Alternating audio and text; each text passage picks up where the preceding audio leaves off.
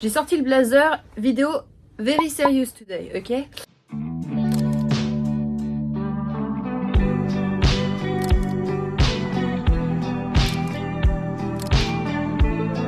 Bonjour Fragrance Lovers, moi c'est Clémence, aujourd'hui on parle de parfum. Donc, le programme de la semaine, bah oui, un programme, si je m'y tiens parce que chaud, hein, en ce moment 5 vidéos à la semaine, ça carbure. Donc n'oubliez pas de vous abonner parce que ça me fait plaisir. Je me sens pas détendue, je me sens trop sérieuse. Là je suis détendue. Mais du coup je suis super loin. Il faudrait vraiment que vous veniez chez moi en fait. Vous passerez pas tous, je crois. Un top 10 des parfums designers. Alors je pense que comme ma chaîne est toute récente, etc., pour moi c'était important d'avoir ces vidéos-là parce que ça permet de... Voilà, pour moi c'est des vidéos classiques, ça permet de mettre les bases. Oh, j'ai un petit côté Cyndi Lauper aujourd'hui, hein. Je trouve que c'est des vidéos quand même qui sont très utiles, surtout aussi pour des gens qui habitent en province. Moi qui suis bretonne à la base, je sais que c'est pas facile de trouver de la niche partout, donc des vidéos comme ça fait plaisir je trouve. Ça fait plaisir. Aujourd'hui on est pour les femmes, d'où l'outfit tout en rose. Je déconne, j'ai pas fait exprès. C'est qui? Ah, un petit don, c'est gentil ça. Qui c'est? Ah, c'est très gentil. Faut que je lui envoie un petit mail.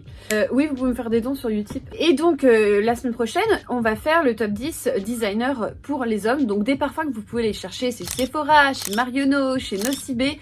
Voilà, j'ai quand même essayé de trouver des parfums qui, quand même, sont dans les sélections de ces grands magasins assez souvent. Donc, j'ai exclu des maisons comme Tom Ford, Kilian, etc., qui sont parfois dans des Sephora. Mais bon, personnellement, dans ma petite ville, à Vannes, il n'y avait pas Kilian. Moi je voulais vraiment que ce soit accessible à tous, que peu importe que tu vives dans un petit village, une petite ville, tu puisses, ou alors aller dans la ville d'à côté, les trouver et les sentir. Et puis je les ai séparés en hommes et femmes, c'est pas parce que je mets forcément une différence, mais ça permet aux gens de se retrouver, etc. C'est toujours comme ça que ça marche en parfumerie.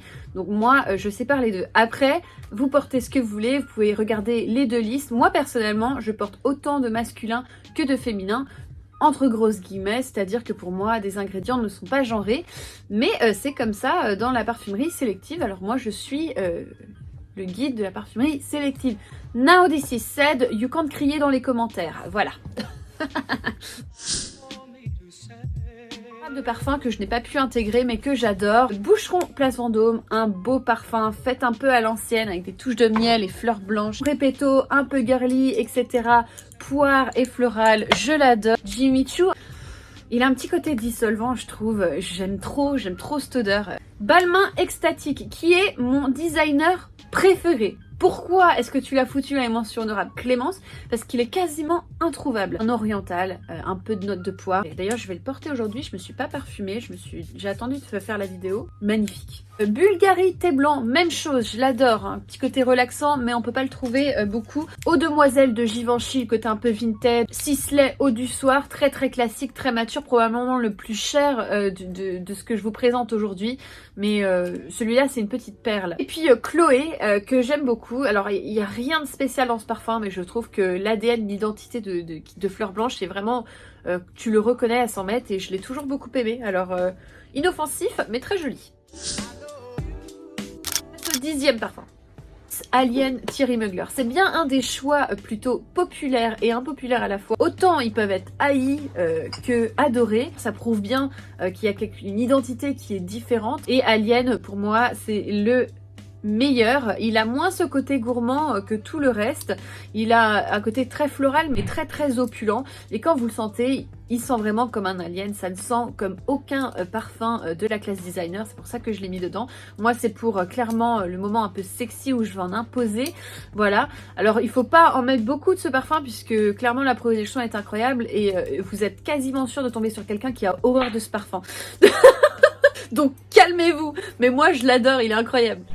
Numéro 9, on passe chez Prada. Alors moi Prada c'est une maison que j'aime énormément. Alors j'ai beaucoup hésité entre où est-ce qu'il est Prada, La Femme Intense qui est un de mes parfums de bureau avec un côté un peu sexy. Je reviens toujours sur mon Prada Candy, j'ai l'impression d'en parler tous les jours de ce parfum. Pour moi c'est juste le sucré le mieux fait du marché de la parfumerie sélective. Un caramel qui n'est pas entêtant, opulent, un beau caramel très... Vous voulez vraiment pas avoir ce côté girly, c'est pas votre truc. Prada Candy pour moi c'est parfait. Numéro 8, c'est Guerlain Souffle de Parfum. Alors ça, Shalimar à la base, pour moi, c'est un des plus beaux parfums qui a été créé. On a ces notes vintage, mais vraiment on a un côté oriental, sensuel, charmant, qui est intemporel. J'ai eu un gros crush pour le souffle de parfum. Donc, il a un côté en fait poudreux, c'est comme un voile. Et pour des personnes qui aiment pas justement les parfums vintage, qui veulent pas sentir la mémé, tu vois, ou qui veulent pas un côté trop opulent, trop chargé, tu vois. Là, pour le coup, le souffle de parfum, je vous conseille d'essayer. Franchement, ça va vous faire changer d'avis sur les Shalimar. C'est facile à porter tous les jours. Je le trouve vraiment super élégant. Il est magique ce parfum, vraiment, j'adore. Numéro 7, c'est Burberry London. Alors, j'ai hésité à mettre My Burberry. Je trouve que les parfums Burberry, mais tellement sous-estimés. Oh Merlin, il va mieux mon bébé.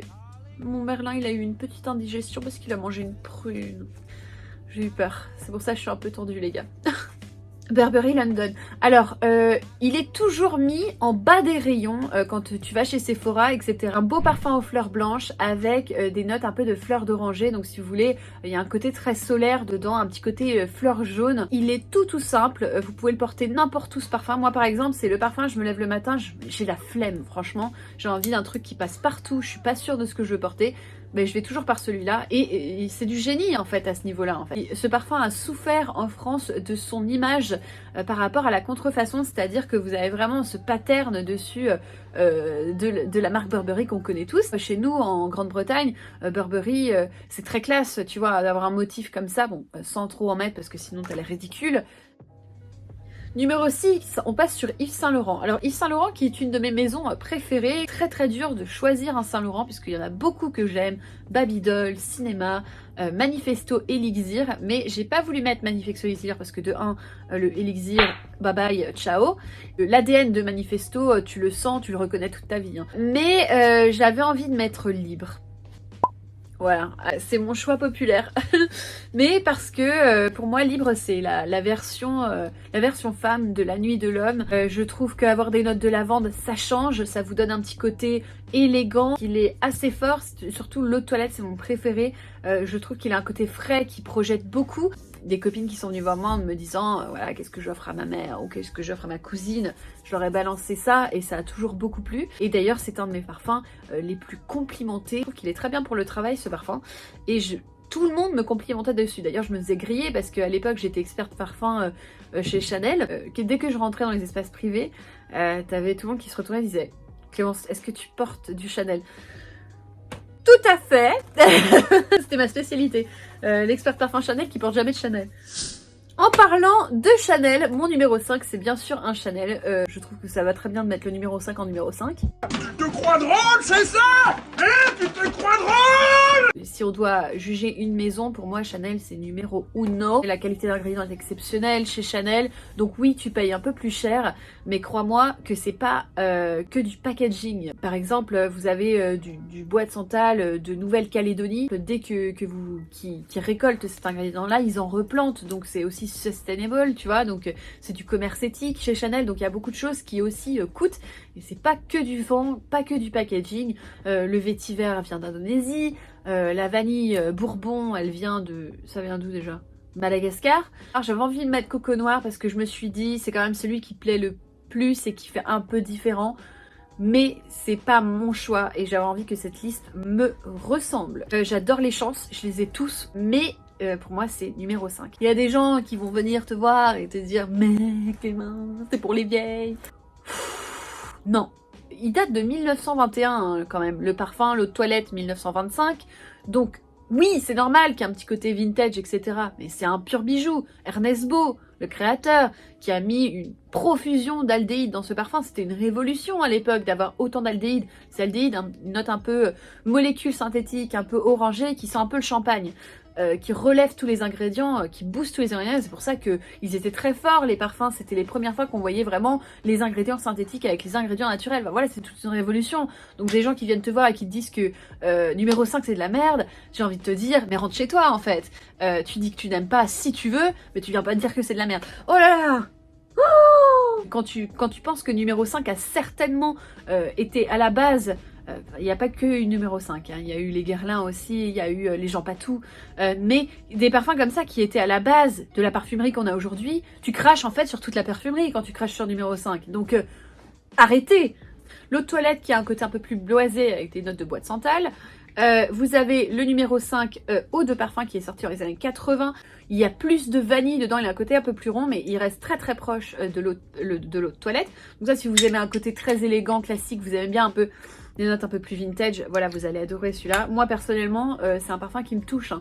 Je sens tout son héritage dedans, je suis ravie de le porter, je me sens femme quand je le porte, j'adore. Numéro 5 aux premières, alors on ne le trouve pas partout, mais numéro 5 aux premières, c'est celui-là, l'eau de parfum, mais avec des notes d'ylang-ylang, c'est-à-dire l'ylang-ylang, c'est une fleur en fait qui sent un peu jaune, un peu plus solaire, et il a aussi un côté ultra poudré. Essayez aussi le numéro 5 l'eau. Alors moi j'ai l'édition rouge qui est sortie de Noël, du bois de cèdre et des notes plus acidulées. Il est pétillant, il est frais, c'est un incontournable, voilà, il est moderne, à la fois chargé d'histoire. Voilà, c'est un bijou. Je suis désolée de vous avoir crié dessus. Touche pas le numéro 5. Je pourrais te faire une dissertation dessus. Numéro 4, ça va être Cartier baiser volé. Je l'ai pas pris en fait. Oh, quelle idiote. Je me suis assise dessus. C'est probable.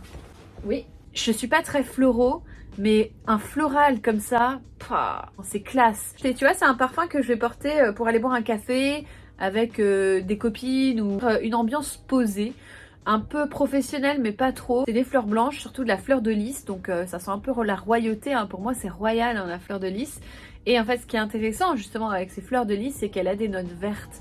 Et les notes vertes, du soleil, merci. Il a un ADN que je n'ai senti nulle part ailleurs. Et en plus le flacon il est juste très très beau. On rentre dans le top 3. Parfum de la bosse, tu vois. D'en imposer mais tout en étant élégante. Pour moi, c'est Kelly Kelesh. Alors, parce que c'est un parfum qui change. Vous avez des notes de cuir dedans. Et cuir pour femme, c'est pas facile à porter. Et c'est aussi pas très courant quand tu vas chez Sephora, etc. C'est pas ce qui est le plus à la mode, tu vois. Les parfums les plus populaires, toujours floral fruité sucré. Ras-le-bol, moi, ça. Un cuiré avec des notes très fraîches, acidulées. Donc, il en impose. Tu portes ça, tu vas faire un meeting. La bosse, quoi. Tu rentres dans le bureau, tu as l'attitude et tu vas porter ça pour accentuer ce mood. N'oublions pas que c'est un accessoire, il faut avoir l'attitude et pour moi c'est un parfum qui a de l'attitude, Kelly Kelesh. Très classe, un peu vintage. Numéro 2, c'est Balenciaga Flora Botanica. Alors, gros bravo à Balenciaga de faire un parfum qui sortait de la tendance. On est sur un parfum vert. Moi personnellement quand je le sens, Flora Botanica, j'ai l'impression de rentrer dans une serre un peu humide. Tu vois, il y a un côté très humide, très pluvieux dedans. C'est un floral naturel pour une fois qu'on a des notes un peu plus naturelles, voilà. Élégant, etc. Une tenue magnifique. C'est vrai que ça sent un peu le printemps, mais moi c'est vrai que c'est quelque chose que je vais porter toute l'année par exemple. Je le conseillerais tout le temps. Il est incroyable. Et enfin mon numéro 1 c'est Narciso Rodriguez poudré.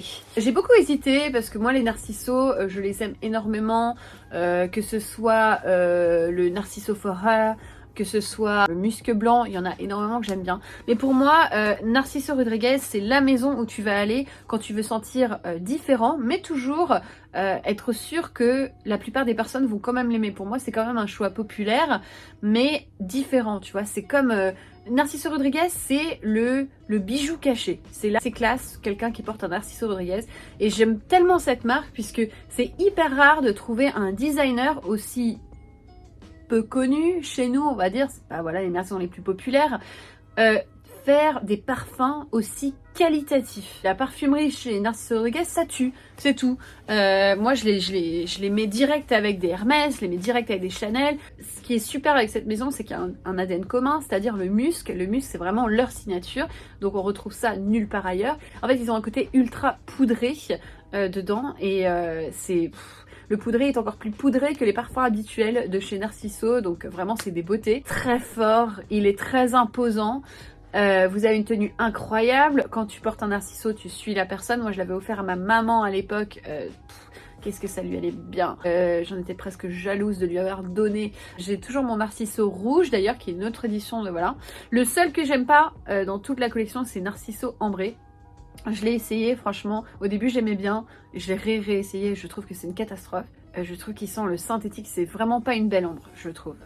Désolée de le dire, et je sais qu'il y en a beaucoup qui aiment bien. Mais par contre, tout le reste, oui, Narciso poudré, que ce soit le Narciso classique. Enfin voilà, vous voulez sentir le côté sexy, intense, imposant. Voilà, tu veux aller faire ton shopping chez Sephora, etc.